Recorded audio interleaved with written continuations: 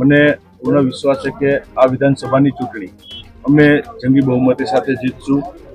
2012 અત્યાર સુધીની અંદર દરેક ચૂંટણી અંદર ક્યાંક ભારતીય જનતા પાર્ટીને આનો સામનો કરવો પડ્યો, પણ નાના છેવાડાના ગરીબ પરિવાર સુધી પહોંચાડવાની અંદર સરકારને સફળતા મળી છે। કાર્યકર્તાઓની વાત આવે તો ભારતીય જનતા પાર્ટીના કાર્યકર્તાઓ હંમેશા એક બની અને ચૂંટણી અંદર કામ લાગે છે। એટલે ગુજરાતની 2 વિધાનસભાની પેટા ચૂંટણીના નગારે ઘા વાગી ચૂક્યા છે।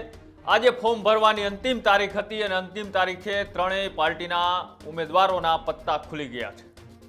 ક્યાંક ચર્ચા થઈ રહી હતી કે ભારતીય જનતા પાર્ટી વિસાવદરમાંથી કોને મેદાને ઉતારશે, તો સામે કોંગ્રેસ પણ દમખમથી લડવા માટે કોને મેદાને ઉતારશે। પણ ગઈ મધરાત્રિએ જ્યારે ભારતીય જનતા પાર્ટીએ કિરીટ પટેલના નામની જાહેરાત કરી, તો આજ સવારે કોંગ્રેસે પણ હવે નીતિન રાણપરિયાને મેદાને ઉતાર્યા છે।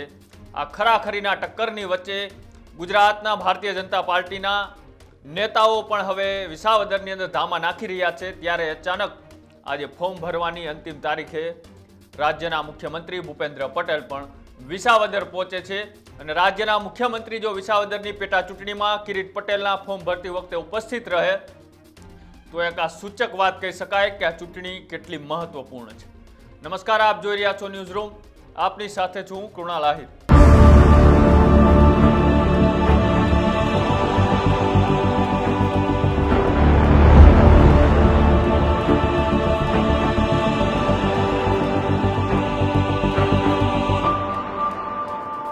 ગુજરાતમાં 2 વિધાનસભાની પેટા ચૂંટણીના હવે નગારે ઘા વાગી ચૂક્યા છે। આજે ફોર્મ ભરવાની અંતિમ તારીખ હતી।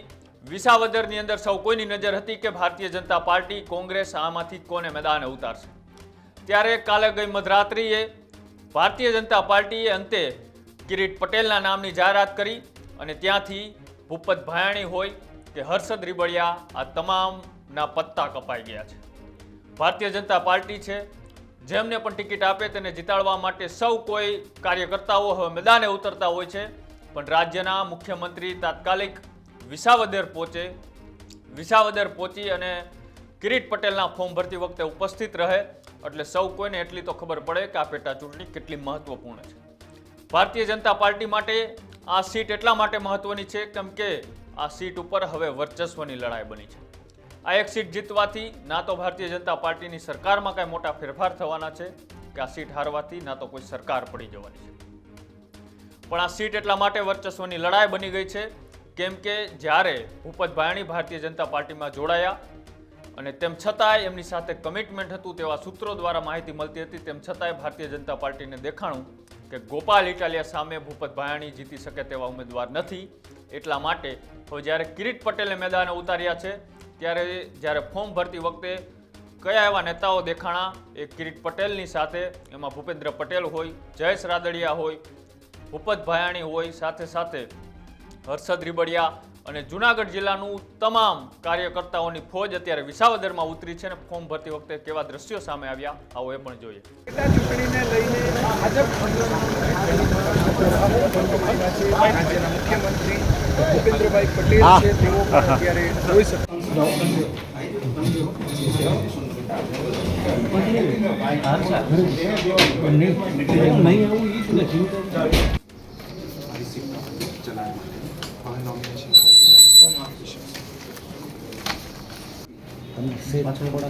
પાછળ આવી જાવ ને। હા, બસ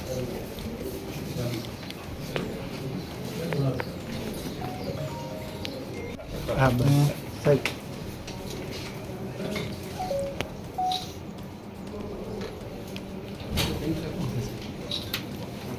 વિસાવદર વિધાનસભા પેટા ચૂંટણી માટે આજે ભારતીય જનતા પાર્ટીના ઉમેદવાર તરીકે કિરીટભાઈ પટેલના ઉમેદવાર તરીકે જાહેર કર્યા છે। માનનીય મુખ્યમંત્રી શ્રી ભૂપેન્દ્રભાઈ પટેલની ઉપસ્થિતિમાં, હજારો કાર્યકર્તાઓની ઉપસ્થિતિમાં આજે પહેલા વિજય સંકલ્પ સંમેલન, બાદમાં રેલી અને આજે ઉમેદવારી પત્ર ભર્યું છે। મને પૂર્ણ વિશ્વાસ છે કે આ વિધાનસભાની ચૂંટણી અમે જંગી બહુમતી સાથે જીતશું। 2012 અત્યાર સુધીની અંદર દરેક ચૂંટણી અંદર ક્યાંક ભારતીય જનતા પાર્ટીને આનો સામનો કરવો પડ્યો, પણ એક ટીમ ભાજપ બની અને જે રીતે દેશની અંદર માન્ય નરેન્દ્રભાઈના નેતૃત્વની અંદર રાજ્ય અંદર માન્ય મુખ્યમંત્રી શ્રી ભૂપેન્દ્રભાઈનું નેતૃત્વ અને જે પ્રમાણે સમગ્ર દેશે અને રાજ્યના પરિણામો જોયા, અનેકવિધ વિકાસની વાતો, સરકારની યોજનાઓ, નાના છેવાડાના ગરીબ પરિવાર સુધી પહોંચાડવાની અંદર સરકારને સફળતા મળી છે. કાર્યકર્તાઓની વાત આવે તો ભારતીય જનતા પાર્ટીના કાર્યકર્તાઓ હંમેશા એક બની અને ચૂંટણી અંદર કામ લાગે છે. એટલે બધો ઓવરઓલ માહોલ જોઈએ અને મને પૂર્ણ વિશ્વાસ છે પાર્ટીના કાર્યકર્તાઓની શક્તિ ઉપર ભરોસો છે કે આ વિધાનસભાની પેટા ચૂંટણી અમે જંગી બહુમતી સાથે જીતશું. કિરીટભાઈ વાત કરતી ફોર્મ કર્યું, સીએમ હાજર રહ્યા છે, શું કહેશો આપના? આજે ગુજરાત સરકારના માનનીય મુખ્યમંત્રી શ્રી ભૂપેન્દ્રભાઈ પટેલ સાહેબની ઉપસ્થિતિ અને અન્ય અમારા કેબિનેટ મંત્રીશ્રીઓ, ગુજરાતના જેતપુર જામકંડોરણા મત વિસ્તારના ધારાસભ્ય મારા પરમ મિત્ર જયેશભાઈ રાદડિયા અને અમારા સાંસદ શ્રી રાજેશભાઈ ચુડાસમાની ઉપસ્થિતિમાં આજે મેં નોમિનેશન ફાઇલ કરેલ છે. આજે ખૂબ જ મોટી સંખ્યામાં 157 ગામે ગામથી ખેડૂત મિત્રો, વેપારીઓ, તમામ લોકો એ અમને આજે આશ્વાસ આપેલ છે અને બધા જોડાયેલ છે અને આગામી દિવસોમાં ભારતીય જનતા પાર્ટીનો જ્વલંત વિજય થશે તેની મને આશા છે. ખાસ કરીને હવે 800 દિવસ આપે જેમ તો કેવો રોડ મેપ, કેવા કામો કરશો તમે? અમારી પાસે સમય ઓછો છે, કામ વધારે છે.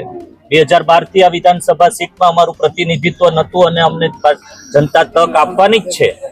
એ તક આપી અને અમારા 3 તાલુકાના જે કઈ નાના મોટા પ્રશ્નો છે એ 800 દિવસની અંદર એનો રિઝોલ્વ કરવા માટેનું મેં જાહેરમાં શપથ કરેલ છે. અચ્છા, ખાસ કરીને જોવા જઈએ કિરીટભાઈ તો 3 ઉમેદવારો છે એ લેવા પટેલ સમાજમાંથી આવે છે. આપ પાર્ટી ગણો, ભાજપ ગણો કે કોંગ્રેસ ગણો, તો એક સમાજનો કેવો મૂડ લાગે છે? અમે કોઈ ચોક્કસ સમાજ નહીં, પરંતુ 18 વરણ જ્ઞાતિ જાતિની રાજનીતિ અમે કરતા નથી. દરેક સમાજને, દરેક ગામમાં દરેક સમાજના લોકો રહે છે, એને સાથે રાખી બધાનો વિશ્વાસ સંપાદિત કરી અને 19મી તારીખે દરેક સમાજના લોકો ભારતીય જનતા પાર્ટીને મત આપી અને મને વિજય બનાવે. નરેન્દ્ર મોદી સાહેબની જે ઓપરેશન સિંદૂર પછી પ્રથમ ઇલેક્શન જે ગુજરાતમાં થઈ રહ્યું છે એનો પરચો મતદાર ભાઈઓ બતાવવાના છે. જે રીતે ઓપરેશન સિંદૂરમાં ભારતનો વિજય થયો છે એ જ રીતે વિસાવદરમાં ભાજપનો વિજય થશે તેની મને આશા છે. ખાસ કરીને જોવા જઈએ તો છે આ ચૂંટણી હાઈ પ્રોફાઇલ બની છે અને છે મોહમ્મદ ગઝની સુધીના એલિગેશન થયા છે, શું કહેશો આપ? આમ આદમી પાર્ટીના નેતાઓએ ભારતીય જનતા પાર્ટી અને અહીંની જનતાને મોહમ્મદ ગજનીના જે વારસદારો કયા હતા એના માટે અમે આ ટિપ્પણી કરેલ છે. અમે કોઈ શબ્દની લડાઈમાં પડવા માંગતા નથી. અમે લોકોના કામ કરી અને મત મેળવવા માટે અમે આગામી દિવસોમાં પ્રજા સમક્ષ રજૂ કરશું.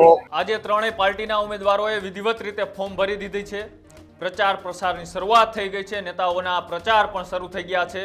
દિગ્ગજ નેતાઓની ફોજ પણ ઉતરી છે. પણ તેની વચ્ચે સૌ કોઈની નજર હોય તો એ ગોપાલ ઇટાલિયા પર છે. ગોપાલ ઇટાલિયા કઈ રીતના આ દમખમથી આગળ નીકળે છે? અત્યાર સુધી માત્ર ગોપાલ ઇટાલિયાનું જ્યારે નામ જાહેર થયું હતું ત્યારે લાગતું હતું ગોપાલ ઇટાલિયા આ 90-10થી આગળ ચાલી રહ્યા છે. પણ જ્યારે હવે 3 પાર્ટીના ઉમેદવાર જાહેર થઈ ગયા છે એટલે હવે ગોપાલ ઇટાલિયા માટે પણ આ સીટ જીતવી એ હવે કાટેકી ટક્કર બરાબર થઈ ગઈ છે. હવે 3 ઉમેદવારોના નામ જાહેર થઈ ગયા છે. કોંગ્રેસમાંથી નીતિન રાણપરિયા હોય, ભારતીય જનતા પાર્ટીમાંથી કિરીટ પટેલ હોય અને આમ આદમી પાર્ટીમાંથી જ્યારે ગોપાલ ઇટાલિયાને મેદાને ઉતાર્યા છે ત્યારે તમને શું લાગે છે હવે 3 ઉમેદવારોમાંથી વિસાવદરની સીટ ઉપર કોણ મજબૂતાઈથી જીતી શકે? તો એ અમારી કોમેન્ટ બોક્સની અંદર જણાવજો. આવા જ અહેવાલો જોવા માટે અમારી યુટ્યુબ ચેનલ ન્યૂઝ રૂમને આજે જ લાઈક કરો, શેર કરો અને સબસ્ક્રાઇબ કરો. નમસ્કાર.